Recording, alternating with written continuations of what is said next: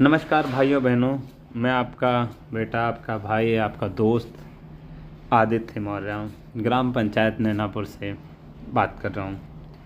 बहुत सारे सवाल आ रहे हैं हमारे पास में भी। जब मैंने कहा कि मैं ग्राम पंचायत नैनापुर से चुनाव लड़ूंगा प्रधान इलेक्शन में, तो बहुत सारे कमेंट आ रहे हैं हमारे पास में कि आप प्रधानी चुनाव लड़ेंगे, आप क्या अलग कर सकते हैं, क्या आप पुरानी चीज़ों से क्या बदलाव ला सकते हैं, किस तरीके से आप परिवर्तन करेंगे, आप दूसरों से बेहतर कैसे हैं, किस तरीके से आप काम करेंगे, क्या क्या करेंगे। तो मैं आप लोगों से सीधी बात करना चाहता हूँ कि मैं आज सबसे पहले ये बात रखूँगा कि मैं प्रधान बनने की जो दौड़ है, मैं इसलिए नहीं आया हूँ कि मुझे सत्ता चाहिए। मैं इसलिए आया हूँ क्योंकि अब वक्त आ गया है कि हमारा नैनापुर बदलाव लेकर आए। हम सब मिलकर एक नई सोच और नई दिशा की शुरुआत करने वाले हैं।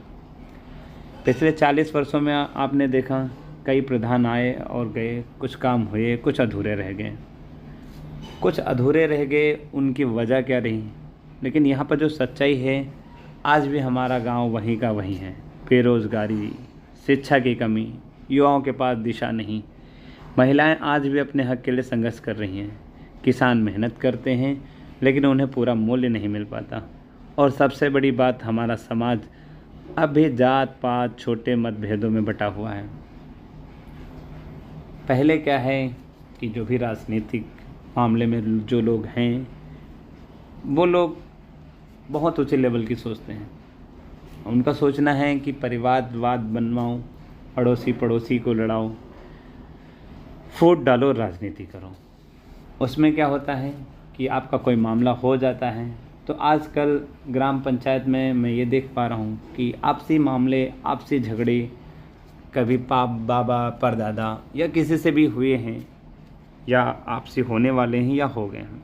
उनमें क्या होता है कि राजनीति खेली जाती है कि एक व्यक्ति की मदद कर दी जाती है और एक व्यक्ति को छोड़ दिया जाता है। जिधर वोट ज़्यादा होता है उसकी मदद की जाती है, जिधर वोट कम होता है उसको छोड़ दिया जाता है।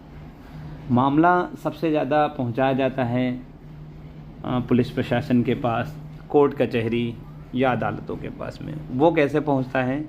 आपसे ज़मीन विवाद हो गया, मेड़ का हो गया, घर का हो गया, खेत खलियान का हो गया, नाली पानी छज्जा, बहुत सारी ऐसी चीज़ें आप देख पाते हैं।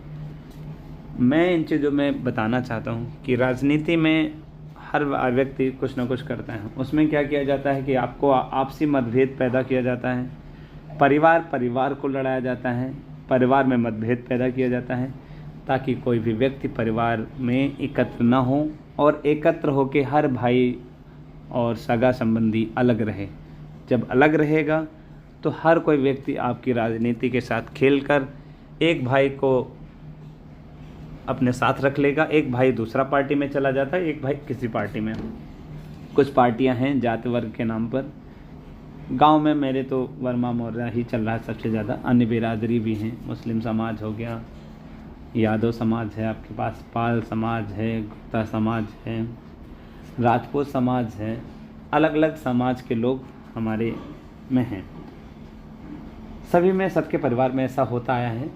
तो जब राजनीति करते हैं तो मैं चाहता हूं कि इस राजनीति से हमें बाहर आना है।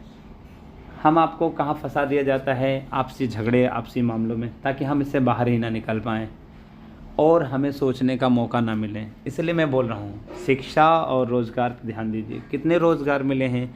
क्या कोई ग्राम पंचायत से, आप देखिए, कोई भी प्रधान रहा हो, क्या कोई प्रधान को ग्राम पंचायत से डीएम, एसडीएम या किसी भी मामले में मुख्यमंत्री जी से, राष्ट्रपति जी से, प्रधानमंत्री जी से कोई गिफ्ट या प्रशासन की तरफ से कोई ऐसी चीज़, पुरस्कार मिला हो जिसमें कहा हो कि हाँ, आपके क्षेत्र में बहुत अच्छा काम किया, आपको इसके लिए पुरस्कृत किया जाता है? कितनी नौकरियां लगी हैं जितनी नौकरियों में प्रशासन ने आपको वाहवाही की हो और ग्राम पंचायत से लोगों में भीड़ उमड़ी हो कि भाई फलाने के यहाँ नौकरी लगी है बच्चे की, वो खुशी मनाई गई हो। शायद किसी को दर्द ही होता है कि हमारे इसकी नौकरी लगी, इसकी क्यों नहीं लगी। हम ये सोचें कि सबकी नौकरी लगे, सब समाज के लोग रोज़गार हों, यही सब देखता हूँ। लेकिन इन चीज़ों को मैं बदलना चाहता हूँ। मेरे पास किसी तरह की बड़ी दौलत नहीं है, मेरे पास एक सच्चा इरादा है, मेरे पास ईमानदारी है, मेरे पास आपकी ताकत है, और यही सबसे बड़ी ताकत है जो सबसे बड़ी पूंजी मेरी है। बहुत सारे लोग कहते हैं कि आपके पास पावर नहीं है, आपके पास लोग नहीं इतने कि आप इस चीज़ को संभाल लें, जो पुराने सत्ता में हैं उनके पास सभी चीज़ें हैं। कि आप बताइए, जनता ने उन्हीं को ताकत दी है, वही ताकत मुझे मिलेगी? जनता के पास ताकत है। आप बताइए, एक व्यक्ति कोई भी हो सत्ता में और 150 लोग आके उनकी बात पहले मानी जाएगी, एक व्यक्ति की बात बाद में मानी जाएगी। बहुत सारे लोग ऐसा कहते हैं। मैं जानता हूँ पुराने प्रधानों के पास पहचान है, अनुभव है, ताकत है, मैं इसका सम्मान करता हूँ।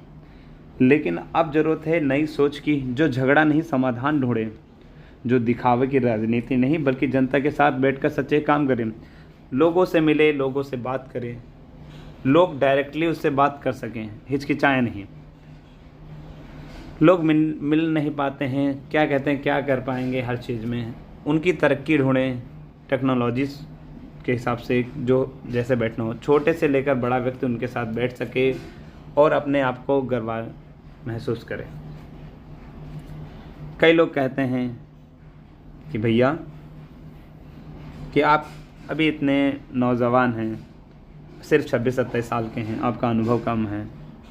मैं उनको ये कहना चाहता हूँ कि यही उम्र है जहाँ जोश और ईमानदारी दोनों हमारे पास में है। अनुभव तो हम बुज़ुर्गों से ले लेंगे, जो बुज़ुर्ग हमें देंगे, काम तो हम युवाओं के हाथों से करेंगे। हम सब मिलकर इस समस्याओं का समाधान कर सकते हैं मिलकर। और सबसे बड़ी बात आप लोगों को बताना चाहूँगा, मेरे पास पहले से ही फाउंडेशन, जो FBG फाउंडेशन है, ट्रस्ट है, ये अन्य समुदाय को हेल्प करता है, जो कमज़ोर असहाय लोग हैं उनके लिए हेल्प करता है, उनको मदद करता है। हमारे पास कंपनी है जो हमारी प्राइवेट लिमिटेड कंपनी है, FBG property private limited company. इस कंपनी के अनुसार हम व्यवसाय में आपकी मदद करेंगे। जो जनता की सेवा के लिए काम कर रही हैं, हमने अपने अनुभव से देखा कि अगर नीयत साफ़ होती है तो किसी भी अधिकारी या व्यवस्था की ज़रूरत नहीं पड़ती है। आप अपने काम पूरे होते देखेंगे, काम अपने आप पूरे हो जाएंगे। वही अनुभव अब हम अपने गांव में लाना चाहते हैं, जहां हर समस्या का हल गांव के अंदर ही निकले, बाहर भागने की ज़रूरत ना पड़े। बहुत सारे लोग हैं हमारे ग्राम पंचायत में, सब बाहर जा रहे हैं। मैं चाहता हूं ग्राम पंचायत में ऐसी फैक्ट्रियां लगें, ऐसा रोज़गार पैदा हो, ग्राम पंचायत में ही लोगों को रोज़गार मिले, ताकि लोगों को बाहर ना जाना पड़े। मैं सभी की बात नहीं कर रहा हूँ कि सब लोग नहीं जाएं, लेकिन जिनको जाना ज़रूरी लगता है, लेकिन इतनी नौकरियां हों ग्राम पंचायत में, ऐसे इतने बिजनेस हों, महिलाओं के लिए सिलाई मशीन हो, और बुज़ुर्गों के लिए हो गया लिफाफा वगैरह पैक कर सकते हैं, उनको डेली कोई रिकरिंग इनकम आ सकती है। और युवाओं के लिए नौकरी हो गई अलग अलग प्रकार से, वो लोग अपना चाहें तो बल्ब बना सकते हैं, मशीनें हैं 1-2 लाख में आ जाती हैं। LED बल्ब हो गया, तार हो गया, मोमबत्ती, धूप बत्ती, बहुत सारी ऐसी चीज़ें जो हम डेली यूज़ करते हैं, उन डेली यूज़ में से हम लोग वही प्रोडक्शन करें, यहाँ पर बनाएं और वही यहाँ बिके। एक दूसरे को चक्र ये बने, यहीं में बिकेगा, यहीं पर बनेगा, तो रोज़गार भी मिलेगा और यहाँ प्रोडक्शन भी होगा। ऐसी चीज़ें हम लोग ला सकते हैं, कर सकते हैं। तो ये सब चीज़ें हम लोग पहले से कर सकते हैं। हमारा लक्ष्य जो है 500 दिन में गांव को आदर्श गांव बनाना है।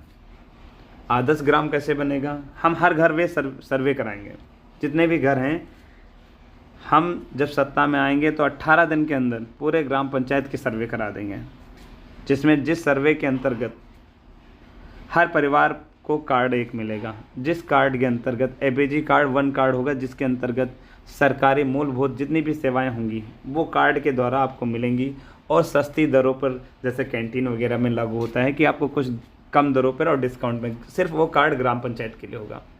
ऐसी चीज़ें कार्ड हम आपके लिए बना सकते हैं जो सुरक्षित होगा, आपके लिए अच्छा होगा, जिसमें लिखा होगा कि हर जो घर है कौन क्या करता है, किसे रोज़गार चाहिए, किसे सहायता चाहिए, किसे इलाज की ज़रूरत है, किसे शिक्षा की ज़रूरत है। हम महिलाओं के लिए स्व सहायता समूह बनाएंगे, युवाओं के लिए प्रशिक्षण केंद्र बनाएंगे, किसानों के लिए नई तकनीक और बीज की सुविधा देंगे, और बच्चों के लिए मुफ्त ट्यूशन और डिजिटल क्लास लेकर आएंगे। या हर किसान, हर बुज़ुर्ग और बच्चों, महिला, सभी के लिए, पर्यावरण के लिए हम सब कुछ ना कुछ ज़रूर करेंगे। हम यह सुनिश्चित करेंगे कि हर महीने पंचायत का पूरा खर्च सार्वजनिक किया जाए।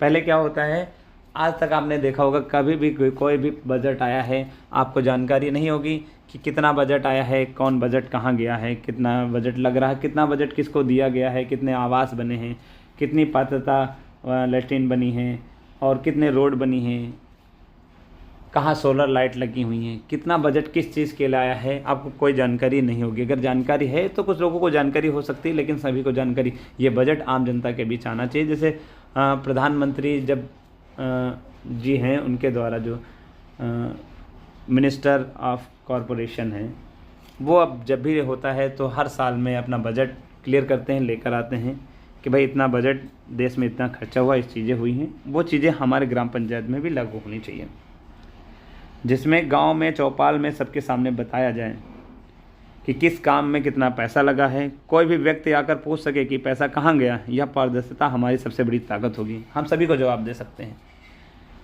हम किसी भी जाति वर्ग की राजनीति नहीं करेंगे, हम हर घर व्यक्ति तक सेवा पहुंचाएंगे, क्योंकि विकास का मतलब सबका साथ, सबका विकास है और सबका विश्वास है। मैं जानता हूँ विरोधी कहेंगे यह लड़का नया है, यह लड़की अनुभवहीन है, लेकिन मैं ये जानता हूँ कि बदलाव हमेशा नए लोगों ही कर सकते हैं। पुराने लोग तो व्यवस्था बनाए रखते हैं, नए लोग व्यवस्था बदलते हैं और हम बदलाव लेकर आएंगे। ग्राम पंचायत में बदलाव लाकर ही रहेंगे, ये गूंज है। मैं प्रधान पद के लिए इसलिए नहीं चाहता हूँ कि मुझे पहचान मिल जाए। मैं प्रधान इसलिए बनना चाहता हूँ कि हर परिवार को मुस्कान आ जाए, परिवार खुश हो, हर व्यक्ति गर्व से कहे कि हाँ हमारा गांव नैनापुर है, जोधापुरा है, मिंझरिया है, महिलापुरा है, खेसवाही है, जो अपने अपने गांव ले सकते हैं। हमारा मकसद यही है कि हम अपने गांव में ऐसी व्यवस्था बनाएं जहां प्रधान किसी कुर्सी का नाम न रहे, बल्कि सेवा का प्रतीक बने। आज ज़रूरत है कि हम सब एक साथ मिलकर आएँ, ग्राम पंचायत में अपने परिवार समाज में एकजुटता लाएं, अपने समाज को एकजुट रखिए, अपने समाज में अपने परिवार को एकत्र करिए, मिलिए, उनसे बातचीत करिए, जिनसे बात नहीं होती उनको एकत्र करिए, मिलिए। जब आप परिवार एक रहेगा तब सब एक हो पाएंगे। परिवार की सम्मति बनाइए, हर परिवार में एक संगठन बनाइए, परिवार में एक मुखिया चुनिए जो आपके सुख दुख में काम आए।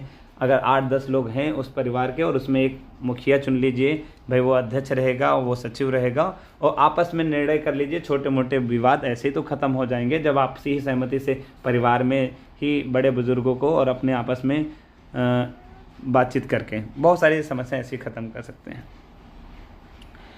आज ज़रूरत है, हम सब इसीलिए बोल रहे हैं कि साथ आइए।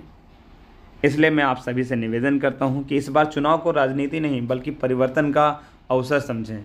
अपने वोट को केवल एक व्यक्ति को नहीं बल्कि अपने भविष्य को चुनें। अगर आपने मुझ पर भरोसा किया है तो मैं वादा करता हूं एक दिन हर पल मैं आपके बीच रहूंगा, आपके काम करूंगा, आपकी समस्या मेरी जिम्मेदारी होगी। मैं गारंटी नहीं, मैं आपकी ईमानदारी से काम करूंगा। मैं वादे नहीं कर रहा हूं, मैं वो योजना लेकर आऊँगा, उस योजना के अंतर्गत आप सभी को लाभ मिलेगा। मैं कहता हूं कि अगर हमने यह सब नहीं किया तो हमने जो वादे किए हैं हम जो खुद जनता के सामने आकर इस्तीफा दे देंगे, क्योंकि यह कुर्सी किसी की नहीं है, यह जिम्मेदारी मेरी है। मैं आपसे एक आग्रह करना चाहता हूं, हम सब मिलकर नैनापुर को ऐसा बनाएं जहां हर परिवार को बराबर हक मिले, हर बच्चे को चेहरे पर मुस्कान हो, हर महिला आत्मनिर्भर हो और हर बुजुर्ग को सम्मान मिले। आइए हम सब मिलकर अपने गांव को जीवन दें, एक ऐसा नैनापुर बनाएं जहां कोई भूखा ना सोए, कोई निराश ना रहे और गरीब ना रहे। यह चुनाव किसी व्यक्ति का नहीं, यह पूरे समाज की इज्जत का चुनाव है। आपका वोट सिर्फ एक नेता को नहीं बल्कि नैनापुर के भविष्य को चुनने वाला वोट होगा। मैं विश्वास दिलाता हूँ, आप साथ आए तो हम मिलकर 500 दिनों में वो सब करेंगे जो 40 सालों में नहीं हुआ, अधूरा रह गया। हम वादा नहीं करते हैं, हम काम दिखाएंगे करके आपको, क्योंकि हमारा उद्देश्य प्रधान बनना नहीं, गाँव का सेवक बनना है। इसलिए आप सभी से निवेदन करूंगा, सब लोग एक साथ आइए और एकजुट हो जाइए।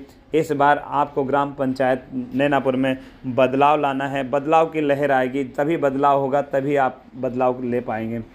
जब बदलेगा नैनापुर तभी सब कुछ समृद्धि आएगी। तो जय नैनापुर, जय विकास, जय ग्राम पंचायत नैनापुर। आप सभी का बहुत बहुत धन्यवाद।